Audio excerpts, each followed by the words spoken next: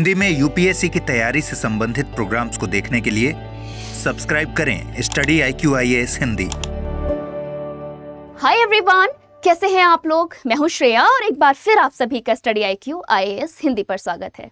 आज हम बात करने वाले हैं द्रव की चौथी अवस्था के विषय में। असल में अभी हाल ही में द्रव की चौथी अवस्था की खोज की गई है, जिसके बारे में आज हम तह तक बात करेंगे। जैसे कि हमेशा से साइंस एंड टेक्नोलॉजी के मैं जितने भी कंटेंट लेकर आई हूँ, मैंने पूरी कोशिश की है कि मैं उसकी नींव तक आपको पहुँचाऊँ। तो इस टॉपिक की भी शुरुआत एकदम नींव से की जाएगी, यानी कि जितने भी ऐसे विद्यार्थी हैं जो कि यूपीएससी की प्रिपरेशन कर रहे हैं, लेकिन उनका फंडामेंटल साइंस वर्ग से नहीं रहा है, यानी कि उनकी जो एजुकेशन है वो विज्ञान वर्ग से नहीं रही है और उनको विज्ञान को समझने में मुश्किल होता है, तो आप यहाँ पर निश्चिंत रहिएगा।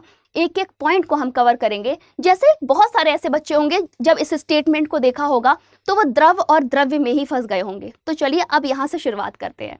हम बात कर रहे हैं द्रव की चौथी अवस्था की खोज के विषय में। ध्यान रखिएगा, एक होता है द्रव जिसे हम कहते हैं जल या फिर लिक्विड, एक होता है द्रव्य जिसे हम मैटर के नाम से जानते हैं, पदार्थ के नाम से जानते हैं। अब कहानी यहाँ से शुरू होती है। आप मेरी बातों को बड़ा ध्यान से सुनिएगा, क्योंकि एक एक बात आपकी नींव को मजबूत बनाने में आपकी मदद करेगी। टॉपिक की शुरुआत करते हैं। द्रव की चौथी अवस्था की खोज की बात हो रही है। यहाँ पर आपको ध्यान देना है कि हम बात कर रहे हैं द्रव के बारे में, ना कि द्रव्य के बारे में। पहला पॉइंट। अच्छा, जब हम द्रव्य की बात करते हैं तो आपको ध्यान होगा इसकी 5 अवस्थाएं हम पहले से ही ज्ञात कर चुके हैं। कौन कौन सी 5 अवस्थाएं हैं? पहली है सॉलिड, दूसरी है लिक्विड, तीसरी है गैस, चौथी है प्लाज्मा और 5वीं है बोस-आइंस्टीन कंडेंसेट। ये 5 अवस्थाएं हैं जिसे हम लोग पदार्थ की अवस्था के नाम से जानते हैं। ठीक है, इसी की एक अवस्था होती है द्रव अवस्था, जिसे हम जल के नाम से भी जानते हैं। उसी अवस्था के बारे में आज हम बात करने वाले हैं और इसी की चौथी अवस्था के बारे में आज पता चला है। क्या पता चला है? चलो टॉपिक की शुरुआत करते हैं और सबसे पहले देखेंगे कि ये टॉपिक चर्चा में है क्यों। असल में अभी हाल ही में क्या हुआ है, जो वैज्ञानिक है उन्होंने द्रव की चौथी अवस्था की खोज की है, यानी कि ध्यान रखिएगा जल की चौथी अवस्था की खोज की है, जिसका नाम प्लास्टिक I7 रखा गया है। अच्छा, ये जो प्लास्टिक I7 है ना, ये 2022 में भी न्यूज़ में रहा था, बट उस टाइम पर सिर्फ एज्यूम किया जा रहा था। अभी इसको प्रूव किया गया है। शुरू करते हैं कहानी।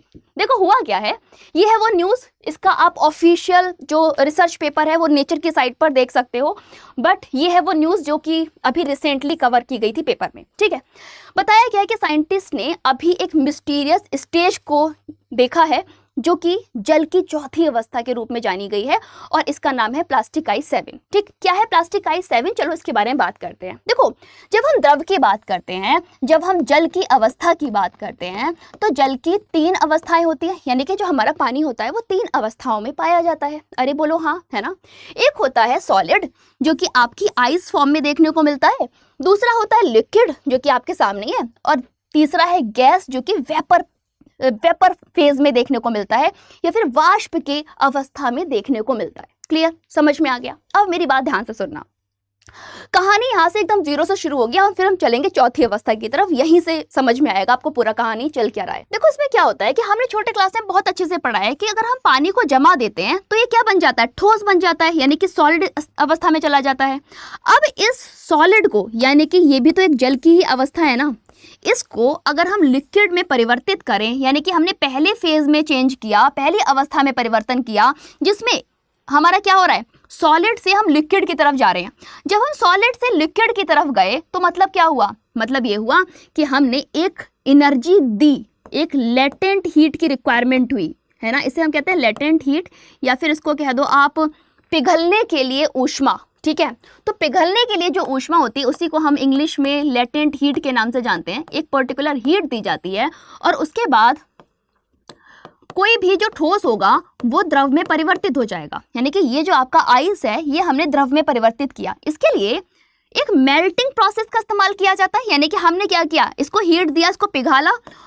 कितने टेम्परेचर पर? 0 डिग्री सेल्सियस पर। इसी तरीके से अगर हम लिक्विड से गैस की तरफ जाते हैं तो हमने फिर से टेम्परेचर को क्या किया, गाइस हमने टेम्परेचर को बढ़ाना शुरू किया और 100 डिग्री सेल्सियस कर दिया, यानी कि 100 डिग्री सेल्सियस पर हमारी वाष्पीकरण की अभिक्रिया हुई और हमारा जल वाष्प में परिवर्तित हो गया। फिलहाल अभी इसके बारे में बात नहीं करेंगे, ये सब्लिमेशन प्रोसेस ये अलग प्रोसेस है जिसका इस टॉपिक से रिलेशन नहीं है। तो फिलहाल अब हम कहानी को वो समझेंगे जो आपको समझनी है। होता क्या है, जब हम किसी भी ठोस को लिक्विड में या फिर लिक्विड को गैस में कन्वर्ट करते हैं तो इसका एक सिस्टमैटिक प्रोसेस चलता है। चलो उस पर नजर डालते हैं। होती क्या है, अगर कोई ग्लास है ना, कहीं पर पानी है मान लो, ठीक है। अब मैंने क्या किया, एक सॉलिड इसके अंदर आइस रखी हुई है, इसको पिघलाना शुरू किया, यानी कि मेल्टिंग करना शुरू किया।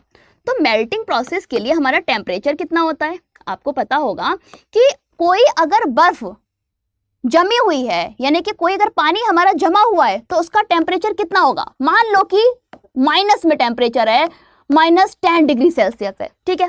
अब इस -10 डिग्री सेल्सियस को हमने हीट करना शुरू किया, है ना। हीट करोगे तो क्या होगा, ये बर्फ पिघलेगी, है ना। मान लो थोड़ा सा पानी हो गया और थोड़ी सी बर्फ यहाँ पर रह गई। क्लियर, इतनी बात समझ में आ गई।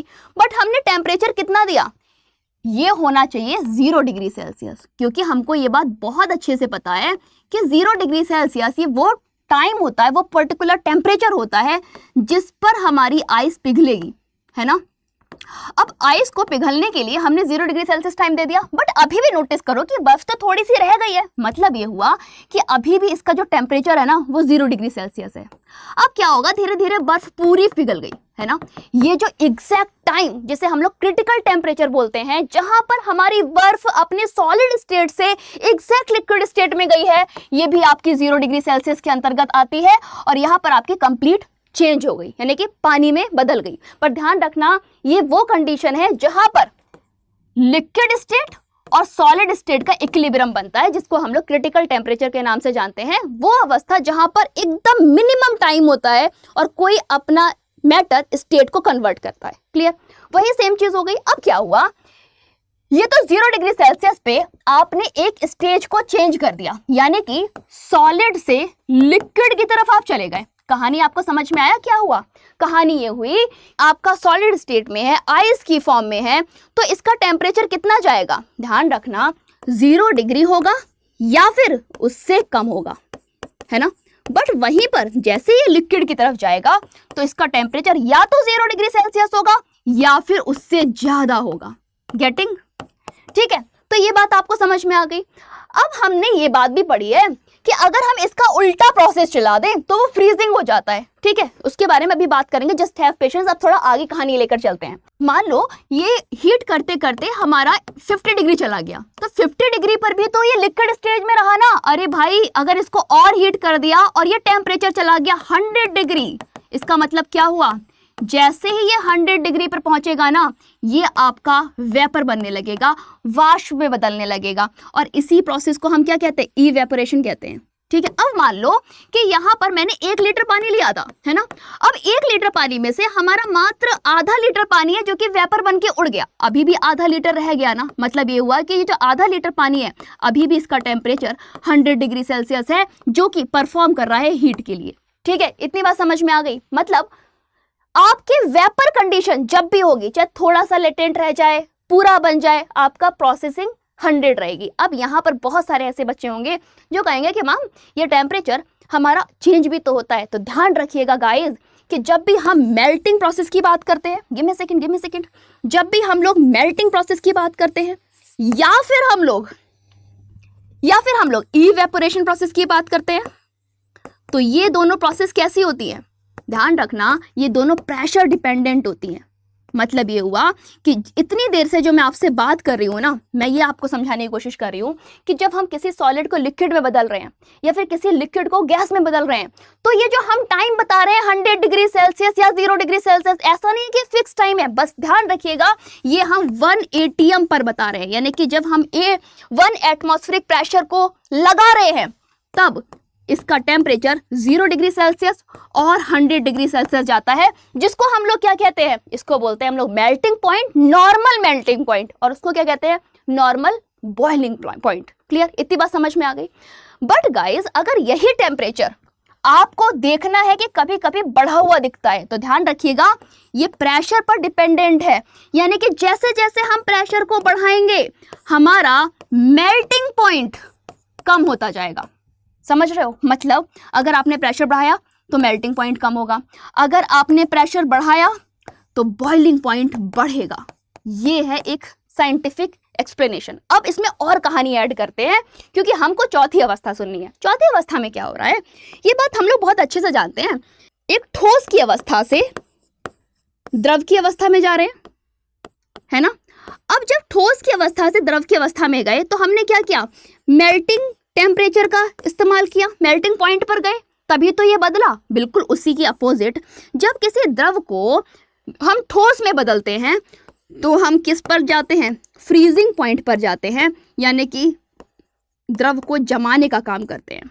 और जब हमको द्रव को जमाना है इसका मतलब क्या हुआ, ऊष्मा निकलेगी। क्या होगी, ऊष्मा निकलेगी।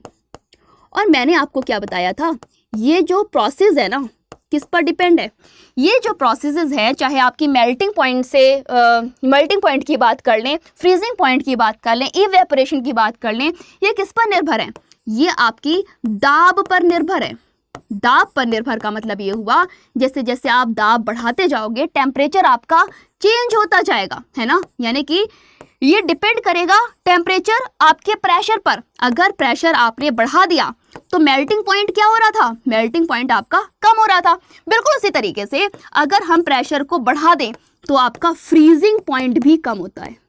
क्या होता है, फ्रीजिंग पॉइंट भी कम होता है। अब इस चीज को जरा पीछे देखो, मैंने आपको बताया कि हमने क्या किया, मेल्टिंग टेम्परेचर पे किसी ठोस को द्रव में बदल दिया, है ना। मेल्टिंग टेम्परेचर कौन सा था, 0 डिग्री सेल्सियस नॉर्मल टेम्परेचर पर हमने क्या किया, इसको पिघला दिया और द्रव में बदल दिया। ये कंडीशन थी जहां पर ये द्रव में बदल गया, ठीक है, लिक्विड में चेंज हो गया। अब लिक्विड से गैस तक आने के लिए हमने क्या किया था, 100 डिग्री सेल्सियस टेम्परेचर पर ले गए 1 एटमॉस्फेरिक प्रेशर के हिसाब से, है ना। यानी कि एक जो नॉर्मल हमारा कंडीशन रहता है उसके हिसाब से हमने नॉर्मल एक गैस की कंडीशन बना दी और हमने इसको इवेपोरेट कर दिया। गाइस इसी का अगर हम ऑपोजिट सेक्शन पर चलें तो कहानी क्या बन रही है कि अगर यही उल्टी कंडीशन चली जाए तो क्या होगा, मतलब ये हुआ कि हमने द्रव से ठोस में बदल दिया। और जब द्रव से ठोस में बदलते हैं तो क्या करते हैं, फ्रीजिंग करते हैं। और फ्रीजिंग क्या है, फ्रीजिंग मतलब जमना। और जमने में क्या होता है, ऊर्जा निकलती है ना, ऊष्मा निकलती है। और ऊष्मा निकलने का मतलब क्या हुआ कि फिर से जो हमने एब्जॉर्ब की थी ना एनर्जी, वो जब निकालेगा, एग्जॉस्ट करेगा, तभी तो वो जमेगा, है ना, और फिर वो ठोस में बदल जाएगा। अब इसमें भी जो टेम्परेचर है वो कितना रहेगा, 0 डिग्री। क्यों, क्योंकि हम 1 एटमॉस्फेरिक प्रेशर की बात कर रहे हैं। बट अगर हमने प्रेशर बदला तो ये टेम्परेचर भी बदलेगा। क्लियर, कैसे बदलेगा उसका मैंने आपको फॉर्मूला बता दिया है कि प्रेशर जब बढ़ता है तो मेल्टिंग पॉइंट कम होता है, इसी तरीके से प्रेशर जब बढ़ता है तो फ्रीजिंग पॉइंट कम होता है ना। बिल्कुल इस यहाँ पर भी वही कंडीशन है कि गैस से अगर हम सॉलिड की तरफ जाएंगे तो ये प्रोसेस तो सब्लिमेशन प्रोसेस हो गई, जिसका कि हमारा 4th कंडीशन से अभी कोई लेना देना नहीं है, इसलिए हम सब्लिमेशन के बारे में बात नहीं कर रहे हैं। हमें बात करनी है इस पर्टिकुलर टॉपिक पे कि अगर प्रेशर इंक्रीज होगा तो फ्रीजिंग पॉइंट और कम होगा। जब हम किसी भी लिक्विड को ठोस में बदल रहे हैं तो 0 डिग्री सेल्सियस एक नॉर्मल टेम्परेचर रख ही रहे हैं, बट अगर उससे भी नीचे लेकर जाते हैं तो उसी कंडीशन को हम लोग 4th स्टेज कह रहे हैं। मतलब ये हुआ कि अगर कोई ऐसी कंडीशन है जहां पर हमने ठोस को द्रव में बदला, फिर द्रव को ठोस में बदला, तो द्रव को जब ठोस में बदल रहे हैं तो इस कंडीशन को क्या कहते हैं, फ्रीजिंग कहते हैं। टेम्परेचर को क्या कहते हैं, फ्रीजिंग टेम्परेचर कहते हैं। फ्रीजिंग टेम्परेचर कितना होता है, 0 डिग्री सेल्सियस होता है। किस पर होता है, कितने प्रेशर पर होता है, 1 एटमॉस्फेरिक प्रेशर पर होता है। अब अगर ये प्रेशर बढ़ा दूं मैं तो क्या होगा, अगर मैंने ये प्रेशर बढ़ा दिया, अप्रॉक्स कर दिया 6 GPa, है ना, 6 GPa कर दिया, तो अब आप मुझे बताओ कि अगर मैंने 1 एटमॉस्फेरिक प्रेशर की जगह पर 6 GPa प्रेशर कर दिया, यानी कि प्रेशर बहुत बढ़ा दिया, तो हमारे टेम्परेचर की कहानी क्या होगी। अरे भाई टेम्परेचर बहुत कम हो जाएगा। कितना हो जाएगा, एकदम नील हो जाएगा, बहुत कम हो जाएगा। तो ध्यान रखिएगा जो हमारी ये 4th कंडीशन है ना, 4th कंडीशन में क्या किया गया है, द्रव की बात कर रहे हैं हम। द्रव को जब हम ठंडा करेंगे उसमें से ऊर्जा को निकालेंगे, ऊष्मा को निकालेंगे, तो ये आपका क्या बन जाएगा, ये आपका ठोस बन जाएगा। और जब ये ठोस बनेगा तो हम नॉर्मल कंडीशन पर नहीं बना रहे हैं, यहाँ पर हमने क्या कर दिया है, प्रेशर को बहुत बढ़ा दिया है। कितना कर दिया, 6 गीगापास्कल कर दिया है। वहीं पर टेम्परेचर की बात करें तो हमें as per formula, as per rule हमें पता है कि अगर हम प्रेशर को इंक्रीज करते हैं तो टेम्परेचर ऑटोमेटिकली डिक्रीज होता है। किसके लिए, फ्रीजिंग पॉइंट के लिए और मेल्टिंग पॉइंट के लिए। तो देख रहे हो यहाँ पर क्या हुआ, टेम्परेचर कम हो गया। अब इस बात को, जितनी बातें मैंने आपको बताई हैं, मैं आपको आर्टिकल के हिसाब से बताती हूँ। बोला जा रहा है कि जो प्लास्टिक आइस है ना, ये आपका एक तरल पानी है जो ठोस बर्फ दोनों के गुण रखता है।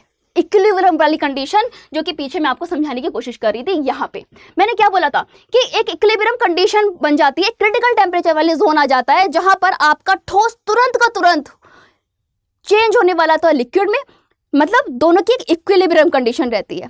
ठोस लिक्विड में बदल जाएगा, लिक्विड ठोस में बदल जाएगा। वो है 0 डिग्री सेल्सियस वाली condition as per 1 atmospheric pressure. But अगर प्रेशर दूसरा लोगे तो वो कंडीशन दूसरा होगा, यानी कि क्रिटिकल टेम्परेचर दूसरा हो सकता है। बट गाइज वही सेम चीज यहाँ पर हो रही है कि हमने क्या किया कि जब इस प्लास्टिक को बनाया ना, तो ये बीच वाली कंडीशन है जिसको हम जेल की तरह समझ सकते हैं, यानी कि गैस, लिक्विड, सॉलिड और जेल लाइक कंडीशन, यानी कि चौथी कंडीशन जो है वो जेल जैसी है कि ना तो पूरी तरह से वो सॉलिड में, ना वो पूरी तरीके से लिक्विड में, बीच में टंगा हुआ है ना।